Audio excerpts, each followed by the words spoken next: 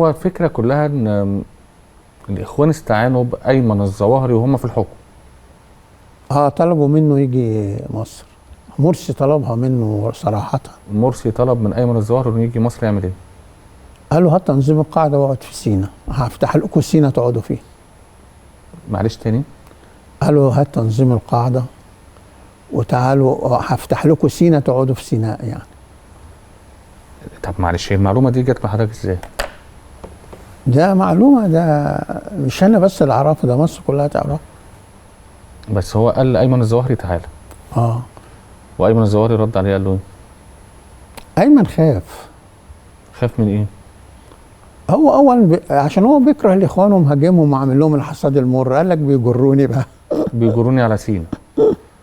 فهم كانوا عايزين سينا يبقى فيها تنظيم القاعده. مظبوط؟ ده بهدف ايه من وجهه نظر حضرتك؟ والله أنا من وجهة نظري عشان إسرائيل تحتلها.